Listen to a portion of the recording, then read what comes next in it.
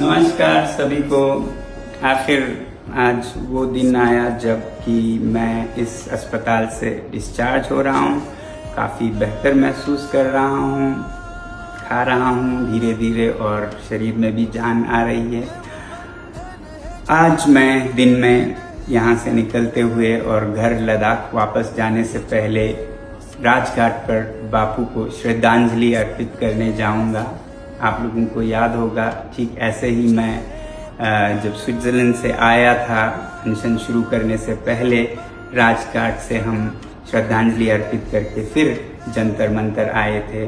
आज हम वही दोबारा करेंगे और उसके बाद अपने घर लद्दाख रवाना होंगे। जाते जाते आप सभी से मैं दिल की गहराइयों से शुक्रिया अदा करना चाहता था कि आप सब ने, छोटे बड़े, पास के दूर के, देश भर से सब आवाज़ में आवाज़ मिलाकर हम सब ने एक मुहिम, एक आंदोलन चलाई और हम कामयाब भी हुए और इसी तरह होते रहेंगे। आप सबसे हम जुड़े रहने की उम्मीद करते हैं। सबको सलाम, नमस्कार और जूले, जय हिंद।